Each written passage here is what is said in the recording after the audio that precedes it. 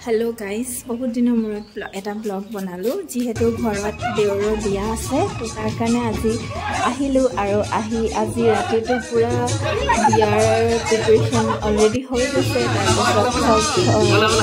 সকলোৰে